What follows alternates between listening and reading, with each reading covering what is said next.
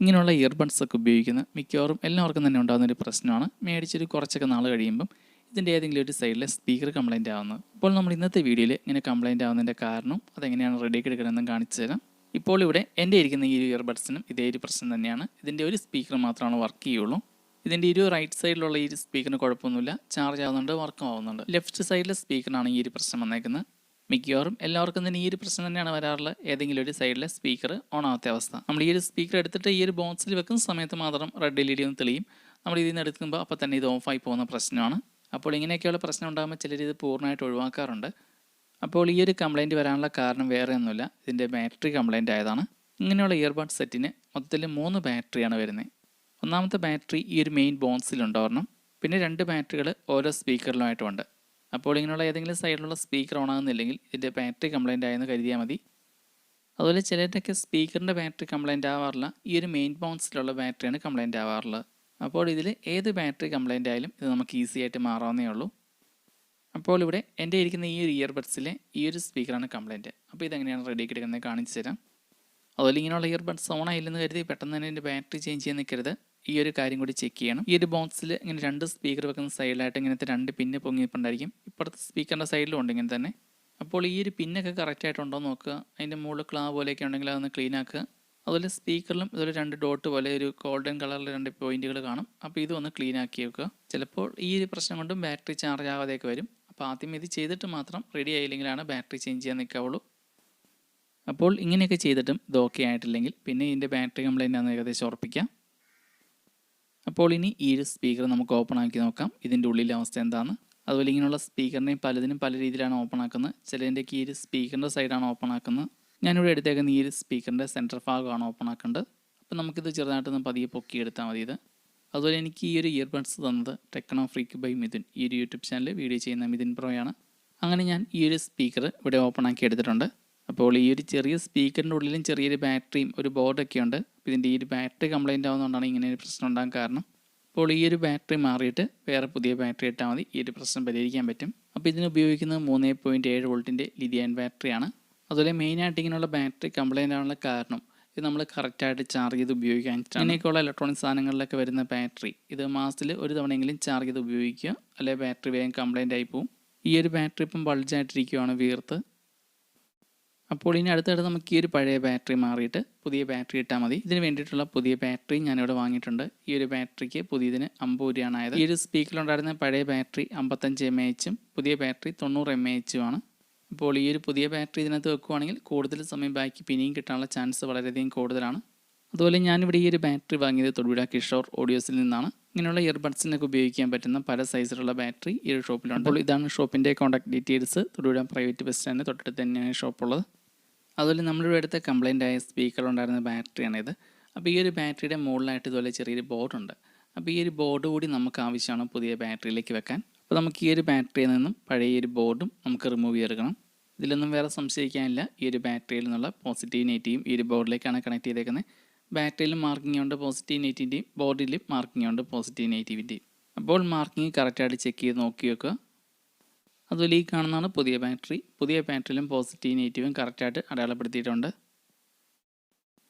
അതുപോലെ പഴയ ബാറ്ററിയും പുതിയ ബാറ്ററിയും തമ്മിലുള്ള വ്യത്യാസം കൂടെ കാണിച്ചു തരാം.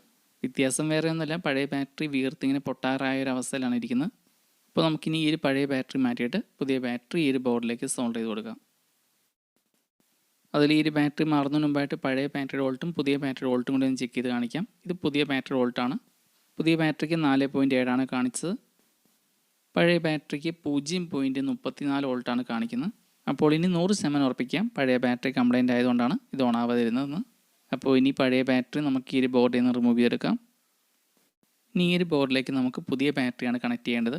അപ്പോൾ ഇതുപോലെ ആരെങ്കിലുമൊക്കെ ചെയ്യുവാണെങ്കിൽ ഇങ്ങനെ ബോർഡുള്ള ടൈപ്പ് ബാറ്ററി ആണെങ്കിൽ ഈ ഒരു ബോർഡ് ഒരിക്കലും ഒഴിവാക്കരുത്. പുതിയ ബാറ്ററി വെക്കുമ്പം ഈ ഒരു ബോർഡ് കൂടി നിർബന്ധമായിട്ടും വെക്കണം.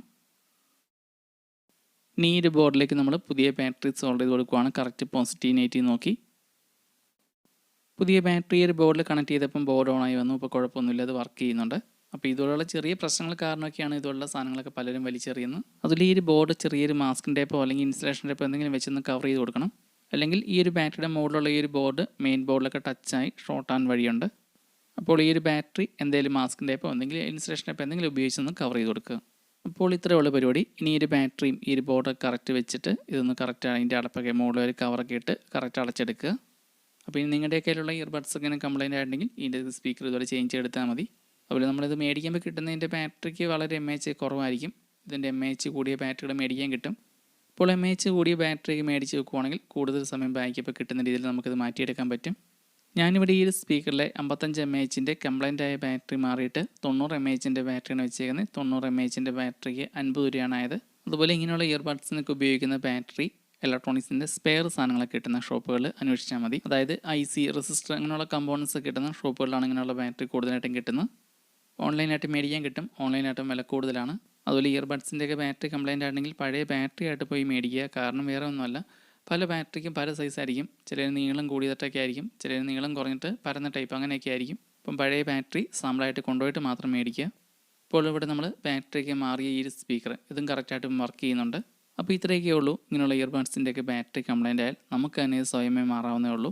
പിന്നെ പലർക്കും ഉണ്ടാകുന്നൊരു പ്രശ്നം, ഇങ്ങനെയുള്ള ബാറ്ററി പല സ്ഥലങ്ങളിലുള്ള ഷോപ്പുകളിൽ കിട്ടാനുള്ള ബുദ്ധിമുട്ടാണ്. അതുപോലെ നമ്മുടെ വീഡിയോസ് കാണുന്ന ചിലർ സ്വന്തമായിട്ട് ഇങ്ങനെ റിപ്പയറിംഗ് വർക്ക് എടുത്ത് ചെയ്യുന്നുണ്ടെന്ന് അറിയിച്ചു. അതിലൊക്കെ ഒരുപാട് സന്തോഷം. അപ്പോൾ നമ്മൾ ഇന്നത്തെ വീഡിയോ ഇത്രയൊക്കെ തന്നെയുള്ളൂ. അതുപോലെ ഈ ഒരു വീഡിയോയിൽ കുറച്ച് കാര്യങ്ങളും കൂടി കൂട്ടിച്ചേർക്കുവാണ്.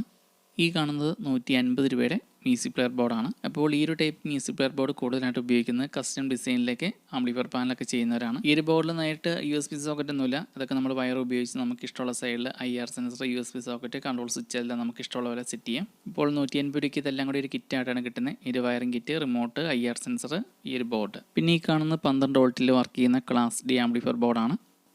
ഈ ഒരു ബോർഡ് വർക്ക് ചെയ്യാൻ 12 വോൾട്ട് സിംഗിൾ പവർ സപ്ലൈ മതി. 2 ചാനൽ ഔട്ടാണുള്ളത്, ലെഫ്റ്റ് റൈറ്റ്. ഒരു ചാനൽ 50 വാട്ട്സ് വീതം.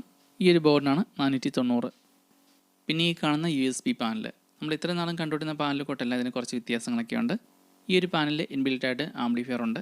ഈ ഒരു പാനലിന് 550 രൂപയാണെന്ന് തോന്നുന്നു, കറക്റ്റ് ഞാൻ ഓർക്കുന്നില്ല. എന്തായാലും 600 താഴെയാണ്. ഈ ഒരു പാനൽ വർക്ക് ചെയ്യാൻ 8 വോൾട്ട് മുതൽ 24 വോൾട്ട് വരെ കൊടുക്കാം. ഈ ഒരു പാനലിൽ 2 സ്പീക്കർ ഔട്ടാണുള്ളത്, ലെഫ്റ്റ് റൈറ്റ് ആയിട്ട്.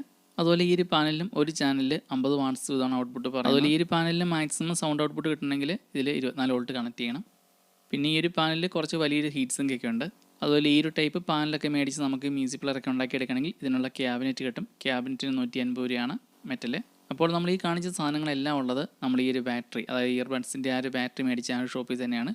തൊടുപുഴ കിഷോർ ഓഡിയോസിലാണ് ഇതെല്ലാം കിട്ടുന്നത്. അതുപോലെ അടുത്തൊരു വീഡിയോയിൽ നമ്മൾ ഈ ഒരു പാനൽ മേടിച്ചിട്ട് ഫുൾ ഡീറ്റെയിൽ വീഡിയോ ചെയ്യുന്നതായിരിക്കും. അപ്പോൾ നമ്മുടെ ഇന്നത്തെ വീഡിയോ ഇത്രയൊക്കെ തന്നെയുള്ളൂ. എന്തെങ്കിലും നിർദ്ദേശമോ അഭിപ്രായം ഉണ്ടെങ്കിൽ കമൻറ്റ് ചെയ്യുക. പുതിയൊരു വീഡിയോ ആയിട്ട് വീണ്ടും കാണാം. അതുപോലെ ഈ ഷോപ്പിൻ്റെ കോൺടാക്ട് ഡീറ്റെയിൽസ് കൊടുത്തേക്കാം. ഈ ഒരു ഷോപ്പുള്ള തൊടുപുഴ പ്രൈവറ്റ് ബസ് സ്റ്റാൻഡിന് അടുത്താണ്. നിലവിൽ കൊറിയർ സർവീസ് ഇല്ല. അപ്പോൾ എന്തെങ്കിലും സാധനങ്ങൾക്ക് ആവശ്യമുണ്ടെങ്കിൽ നേരിട്ട് വന്ന് മേടിക്കേണ്ടി വരും.